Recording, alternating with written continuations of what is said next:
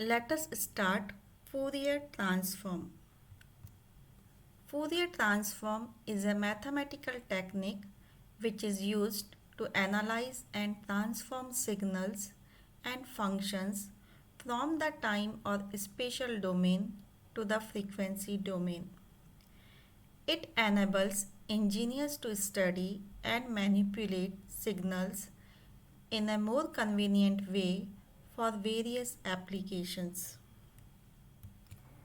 Fourier analysis is useful in almost every aspect of the subject, ranging from solving differential equation to developing computer models.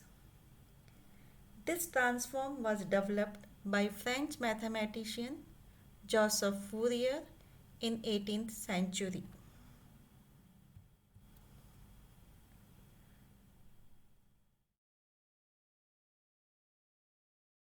It is widely used in science and engineering applications such as signal processing, communication processing, control system, sound filtering, image processing, heat distribution mapping, wave simplification, spectroscopy, solving of ordinary and partial differential equations, and many more. Fourier transform of the function f of x is given by the integral from minus infinity to infinity f of x e power I alpha x dx. Here e power I alpha x is the kernel of the transform. The kernel is the function of alpha and x. Outcome of this integral is a function of alpha. Therefore, it can be written as f cap alpha. Since the Fourier transform of f of x, it is given by the integral, therefore it is also known as the integral transform.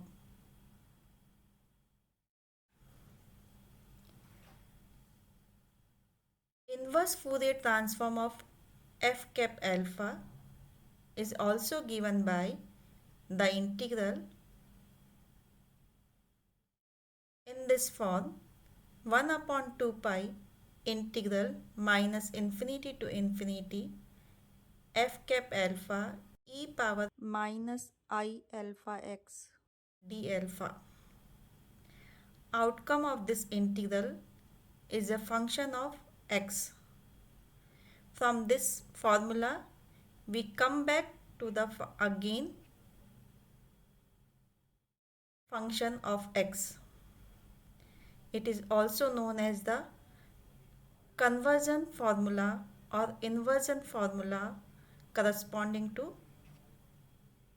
this integral. Fourier transform and inverse Fourier transform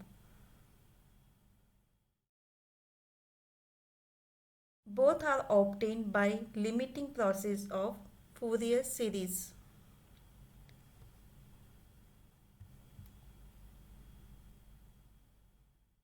Now we'll discuss about Fourier integral formula.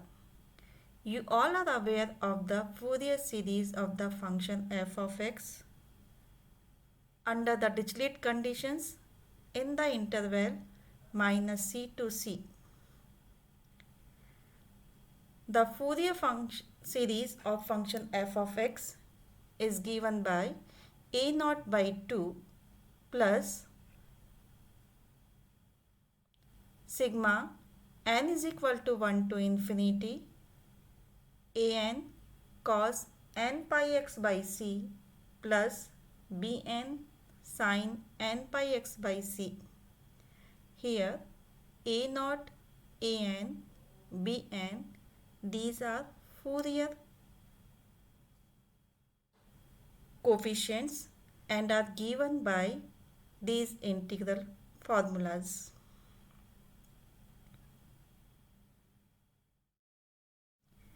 Substituting the values of a0, an and bn from these formulas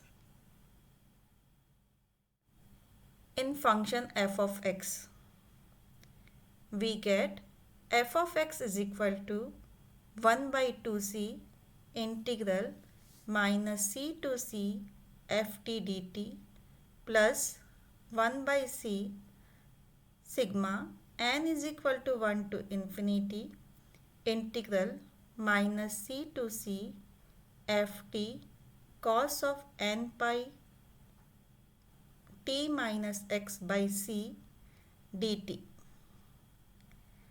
Now taking the limit c tends to infinity, the first term of right hand side of this expression becomes 0, and under the absolute conditions of the integral or convergence conditions of the integral, the second term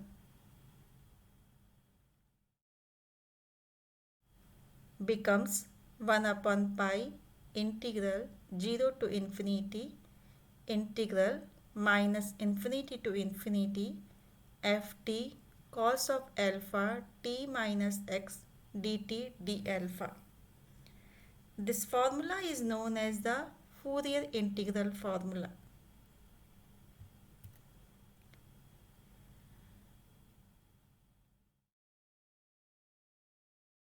In Fourier integral formula, the factor cos of alpha t minus x can be written in the form of the exponential function in such a way.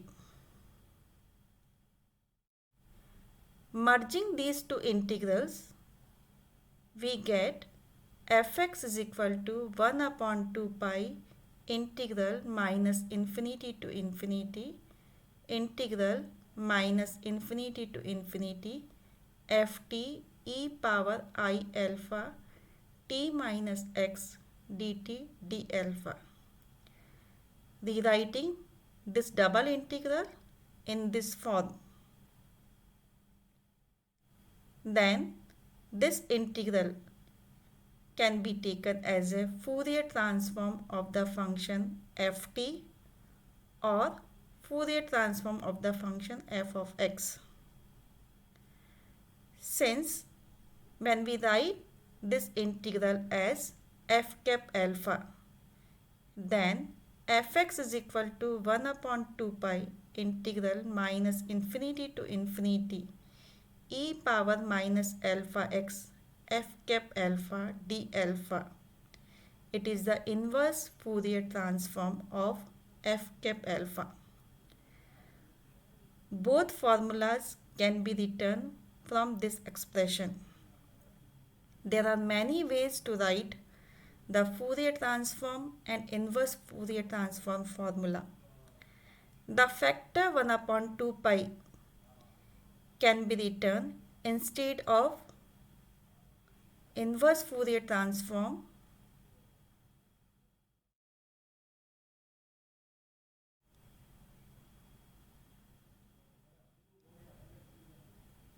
in first formula,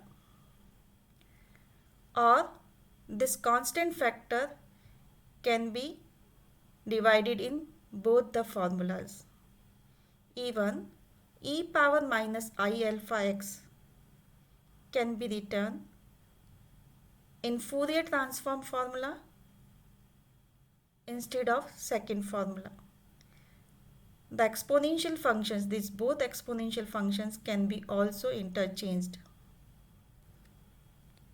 But I will stick only these two formulas.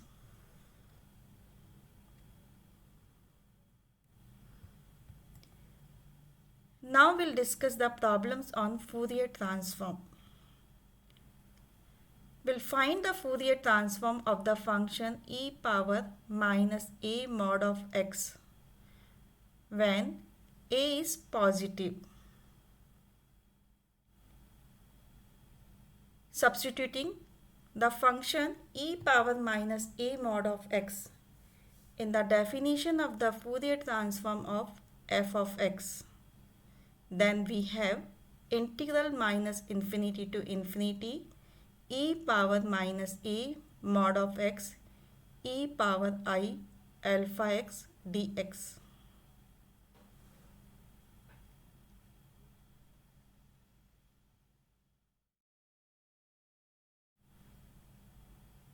Dividing the limits minus infinity to infinity in two parts, minus infinity to 0 and 0 to infinity,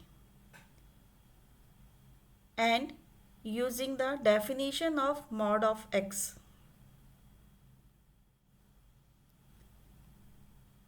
With negative interval, we take mod of x is equal to minus x, and with the positive interval, we take mod of x as x.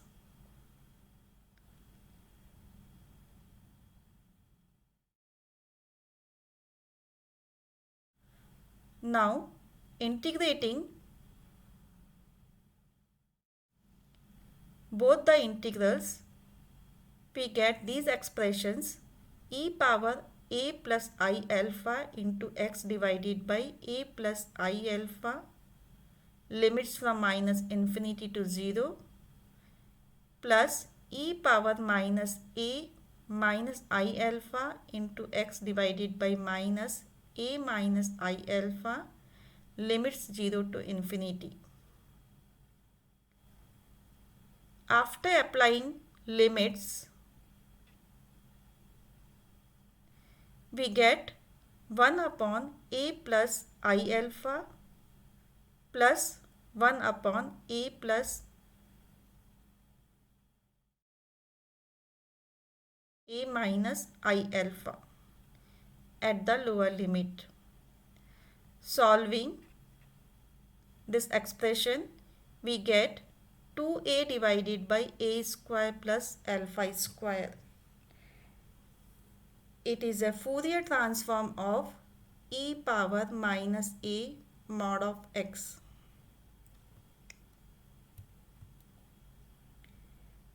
Next problem, we'll find the Fourier transform of f of x is equal to a square minus x square when mod of x is less than is equal to a, and f of x is equal to 0 when mod of x is greater than a. After that, from that result, we'll deduce these two integrals.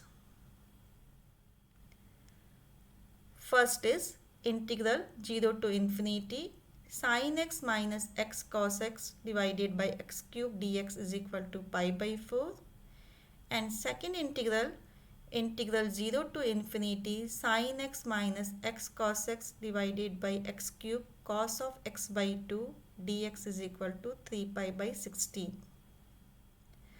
For finding the Fourier transform of f of x is equal to this, we'll use the definition of the Fourier transform. Integral minus infinity to infinity fx e power I alpha x dx. This integral we divide in the three parts, minus infinity to minus a to a, and a to infinity. Since function has the non-zero value in the interval mod of x is less than is equal to a. That means when the x lies between minus a to a. Otherwise, the function has value 0.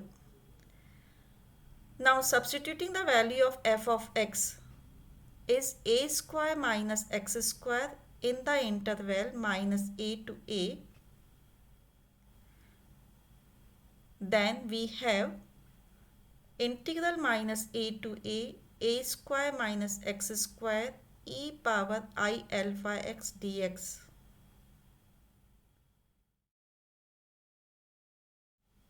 Integrating this function, we have this expression and limits minus a to a. Substituting the limits, upper limit x is equal to a and lower limit x is equal to minus a, we get this expression. Solving this expression, outcome is 4 by alpha cube multiplied by sine of alpha a minus alpha a cos of alpha a. It is the Fourier transform of the function fx is equal to this. Now the second part of this problem, from this result, we have to evaluate these two integrals. For finding these two integrals or evaluating these integrals, we'll use the inversion formula of the Fourier transform. Now we have already calculated the Fourier transform of f of x is 4 by alpha cube sine of alpha a minus alpha a cos of alpha a, and it is written as f cap alpha. For evaluating both the integrals, now we'll use the inversion formula for the Fourier transform. Now substituting the value of f cap alpha in the inversion formula of the Fourier transform, then we have f of x is equal to 1 upon 2 pi integral minus infinity to infinity 4 by alpha cube sine of alpha a minus alpha a cos of alpha a e power minus I alpha x d alpha. Now writing the exponential function in terms of cos and sine form, then the right hand side expression can be written as 2 upon pi integral minus infinity to infinity 1 upon alpha cube sine of alpha a minus alpha a cos of alpha a multiplied by cos of alpha x minus I sine of alpha x d alpha. Since this is equal to f of x and f of x is given a square minus x square for mod of x is less than is equal to a and 0 for mod of x is greater than a. For finding the solution of the first integral, now in this expression we'll take x is equal to 0 and a is equal to 1. Then left hand side will become integral 0 to infinity sine alpha minus alpha cos alpha divided by alpha cube d alpha, and this is equal to, will get pi by 4. Now changing the variable alpha to x, then we get integral 0 to infinity sine x minus x cos x divided by x cube dx is pi by 4. For finding the solution of the second integral, we'll take x is equal to 1 upon 2 and a is equal to 1 in this expression, both the sides, and we'll equate the real parts from both the sides. Then we have, after simplification, integral 0 to infinity sine of alpha minus alpha cos alpha divided by alpha cube cos of alpha by 2 d alpha is equal to 3 pi by 16. Taking alpha as x, the integral becomes integral 0 to infinity sine x minus x cos x divided by x cube cos of x by 2 dx is equal to 3 pi by 16. Thank you.